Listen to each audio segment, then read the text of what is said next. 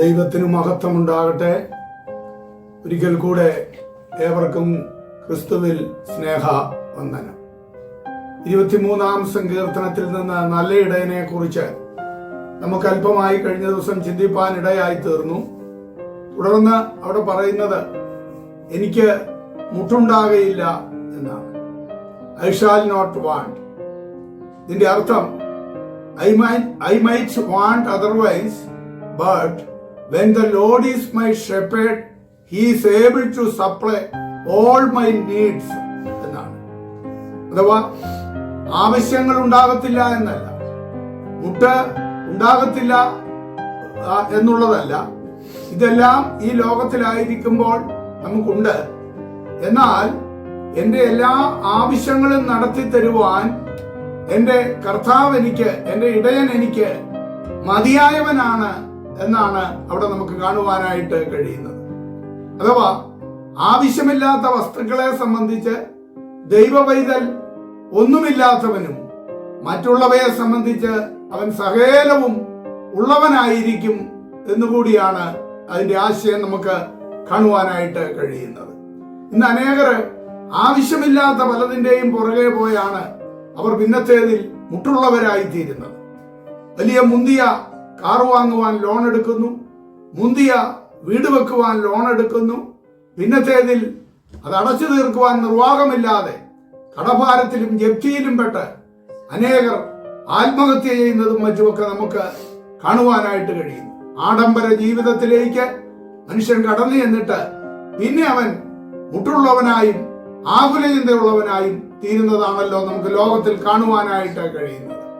എന്നാൽ ഇവിടെ നമുക്ക് കാണുവാൻ കഴിയുന്നത് ദൈവം തന്നെയാണ് എൻ്റെ ഓഹരി. അതുകൊണ്ട് എനിക്ക് യാതൊരു വിധമാകുന്ന പ്രയാസങ്ങളും സംഭവിക്കുകയില്ല. താഴോട്ട് വായിച്ചു വരുമ്പോൾ എന്തിനെല്ലാമാണ് വിശ്രമത്തിന്, പാനീയത്തിന്, നടത്തിപ്പിന്, അതേപോലെ സഹിത്വത്തിന്, ആശ്വാസത്തിന്, ആഹാരത്തിന്, ഇതിനൊന്നും എനിക്ക് യാതൊരു കുറവും സംഭവിക്കുകയില്ല തുടങ്ങിയ കാര്യങ്ങളാണ് സങ്കീർത്തനക്കാരൻ അവിടെ പാടുന്നത്. 34-ാം സങ്കീർത്തനത്തിന്റെ 10-ാമത്തെ വാക്യത്തില് ബാലസിംഹങ്ങൾ വിരകിട്ടാതെ വിശന്നിരിക്കും, യഹോവയെ അന്വേഷിക്കുന്നവർക്കോ ഒരു നന്മയ്ക്കും കുറവില്ല എന്നതുമാണ് നമുക്ക് അവിടെ കാണുവാനായിട്ട് കഴിയുന്നത്. ഫിലിപ്പിയ ലേഖനം 4:19 എന്റെ ദൈവമോ നിങ്ങളുടെ ബുദ്ധിമുട്ടൊക്കെയും തന്റെ മഹത്വത്തിന്റെ ധനത്തിനൊത്തവണ്ണം ക്രിസ്തുവിൽ പൂർണ്ണമായി തീർത്തു തരും എന്നും അവിടെ പറഞ്ഞിരിക്കുന്നത് നമുക്ക് കാണുവാനായിട്ട് സാധിക്കും. ഉൽപ്പത്തി പുസ്തകം 22-ാം അധ്യായത്തിലേക്ക് കടന്നു വരുമ്പോൾ അബ്രഹാമിനോട് തന്റെ ഏകമകൻ ഇസ്ഹാക്കിനെ യാഗമാക്കുവാൻ കൽപ്പിക്കുമ്പോൾ അബ്രഹാം അത് സന്തോഷത്തോടെ ചെയ്യുവാനായിട്ട് തുനിയുന്ന അനുഭവത്തിന്റെ ആ അവസാനത്തിൽ ഒരു പദം നമുക്ക് കാണുവാനായിട്ട് കഴിയും. യഹോവയുടെ 16 നാമങ്ങളിൽ ഒന്നായ യഹോവ ജിരേ എന്ന ആ വാക്യം, അഥവാ കരുതുന്നവനായ ദൈവത്തെ നമുക്ക് അവിടെ കാണുവാനായിട്ട് കഴിയുകയാണ്. അതേ പ്രിയ ദൈവത്തിന്റെ മക്കളെ, തക്ക സമയത്ത് അബ്രഹാമിന് വേണ്ടി ആ കുറുങ്കാട്ടിൽ ഒരാട്ടുകൊറ്റനെ കരുതിയവനായ ദൈവം തന്റെ മക്കൾക്ക് വേണ്ടി തക്ക സമയങ്ങളിൽ ആവശ്യമുള്ളത് നൽകി കൊടുത്തുകൊണ്ട് അവരുടെ മുട്ടു തീർക്കുന്നവനായ ഒരു നല്ല ഇടയനാണ് നമ്മുടെ കർത്താവ് എന്ന് നാം മറന്നു പോകരുത്. ഇസ്രായേൽ ജനത്തിന് മരുഭൂമിയിൽ കരുതിയവനായ ദൈവം, ഏലിയാവിന് ക്ഷാമകാലത്ത് കരുതിയവനായ ദൈവം, പ്രവാചക ശിഷ്യന്റെ വിധവയ്ക്ക് വേണ്ടി ആ കരുതിയവനായ ദൈവം, ശമരിക്ക് ക്ഷാമകാലത്ത് അവർക്ക് വേണ്ടി കരുതിയവനായ ദൈവം, ക്രിസ്തുവിനെ പിന്തുടർന്ന പുരുഷാരത്തിന് പുതിയ നിയമത്തിൽ അവർക്ക് ആവശ്യമായ എല്ലാ നന്മകളും, അപ്പവും സൗഖ്യവും ആരോഗ്യവും എന്ന് വേണ്ട സകലതും കരുതിയവനായ ഒരു ദൈവം, ഒരു നല്ല ഇടയനാണ് നമ്മുടെ ഇടയൻ എന്ന് മനസ്സിലാക്കിക്കൊണ്ട് സങ്കീർത്തനക്കാരനോട് ചേർന്ന് വിശ്വാസത്തോടെ പാടുവാൻ നമുക്ക് കഴിയട്ടെ. യഹോവ എന്റെ ഇടയനാകുന്നു, എനിക്ക് മുട്ടുണ്ടാകുകയില്ല.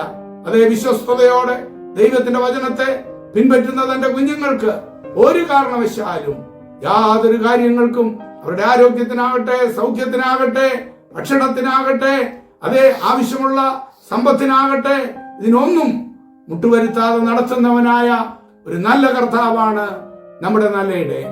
ആ ദൈവകരങ്ങളിൽ ഒന്നുകൂടി നമ്മെ പൂർണ്ണമായി നമുക്ക് ഫലമേൽപ്പിക്കാം. അവിടുന്ന് നമ്മെ അനുഗ്രഹിക്കുമാറാകട്ടെ. ആമേൻ. മോഹത്തിന്റെ തേരിലേറി പോകരുതേ, ലോകത്തിന്റെ വീതിയിൽ വീഴരുതേ. മോക്ഷത്തിന്റെ മാർഗം ഞാൻ തുറന്നു തരാം, സ്വർഗത്തിന്റെ തോണിയിൽ തുഴഞ്ഞു നീങ്ങാം. അലയരുതേ, ഉലയരുതേ, ദിശയറിയാതുഴലരുതേ. മോഹത്തിന്റെ തേരിലേറി പോകരുതേ, ലോകത്തിന്റെ വീതിയിൽ വീഴരുതേ. മോക്ഷത്തിന്റെ മാർഗം ഞാൻ തുറന്നു തരാം, സ്വർഗത്തിന്റെ തോണിയിൽ തുഴഞ്ഞു നീങ്ങാം.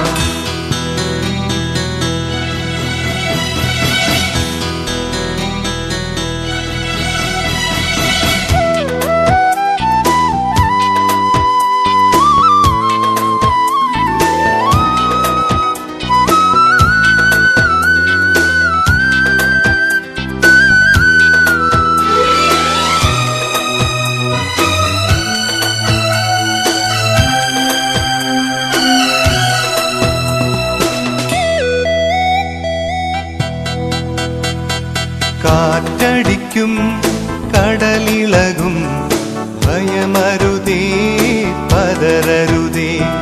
തോണി തന്നമരത്ത് മയങ്ങുന്നവൻ യേശുവല്ലേ വിളിച്ചുണർത്താം. കാറ്റും കടലും അവൻ തടുക്കും, ദ്യോവിൻ തീരെ അവൻ അണയ്ക്കും. കാറ്റും കടലും അവൻ തടുക്കും, ദ്യോവിൻ തീരെ അവൻ അണയ്ക്കും. ദ്യോവിൻ തീരെ അവൻ അണയ്ക്കും. മോഹത്തിന്റെ തേരിലേറി പോകരുതേ, ലോകത്തിന്റെ വീതിയിൽ വീഴരുതേ. മോക്ഷത്തിന്റെ മാർഗം ഞാൻ തുറന്നു തരാം, സ്വർഗത്തിന്റെ തോണിയിൽ തുഴഞ്ഞു നീങ്ങാം.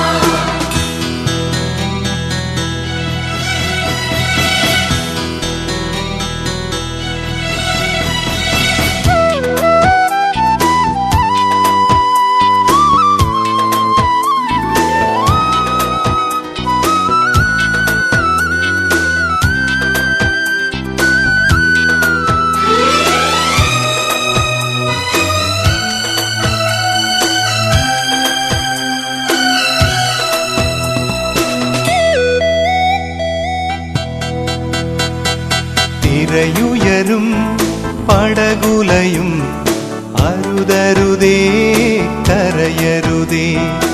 ആഴിതൻ പരപ്പിൽ നടക്കുന്നവൻ യേശുവല്ലേ നടന്നുവരും. താഴ്ന്നു പോയാൽ അവൻ ഉയർത്തും, തന്റെ മാറിൽ ചേർത്തണയ്ക്കും. താഴ്ന്നു പോയാൽ അവൻ ഉയർത്തും, തന്റെ മാറിൽ ചേർത്തണയ്ക്കും. തന്റെ മാറിൽ ചേർത്തണയ്ക്കും.